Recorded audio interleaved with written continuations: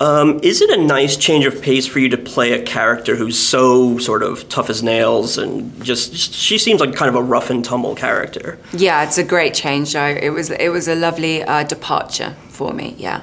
Now, I'm sure you're sick of hearing it, but I have to ask about the hair. You've got to ask about the hair. Everyone needs to know about the hair. Everybody needs to know. Yeah. What's it like, I mean, just I guess in your personal life more than anything, is it something that's going to be on your mind for like 9 months after you have to do that, to shave that side of the head? Yeah, I mean, I think for like a woman,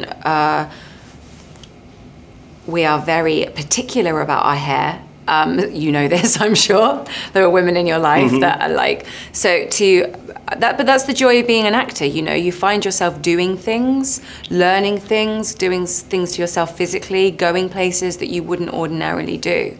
And that's the joy of the job. It challenges us, and we're never quite sure where we're going to be next year or what we're going to be doing.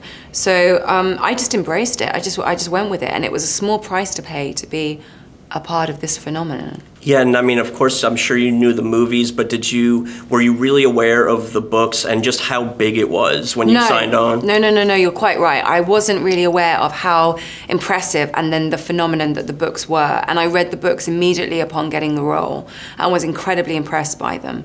So I think it's so important that we don't talk down to, you know, our young adults. They're more than capable of handling these big themes. I mean, I remember being a teenager and being felt like I was talked down to by adults.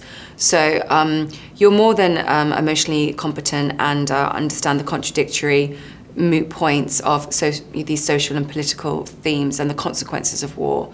And it's how great to do that in a really entertaining movie as well. Yeah, I mean, Hunger Games has the huge fan base. Of course, Game of Thrones has the huge fan base. I wonder, do you kind of pay attention to all the online chatter? I mean, there's a million forums for each, or do you kind of stay away from that stuff? I stay away. Even if I wanted to, I haven't really got time at the moment.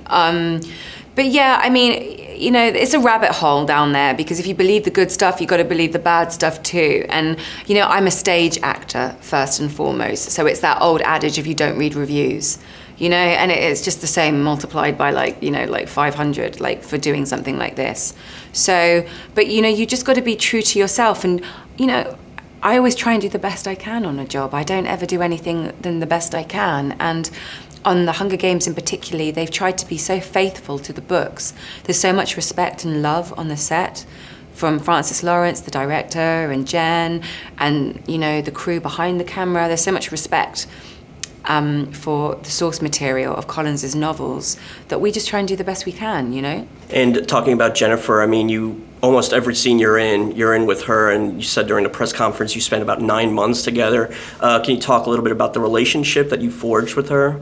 I'm just really impressed by Jennifer Lawrence. She is handling the trajectory that she's on really well, and that's why she's so perfect to play Katniss Everdeen, because you know, with great exposure comes great internal conflict and responsibility, and she's navigating that the best she can. And you know, she's a very candid, straight-talking human being, and I appreciate that because I'm a very candid, straight-talking human being. Nice. So.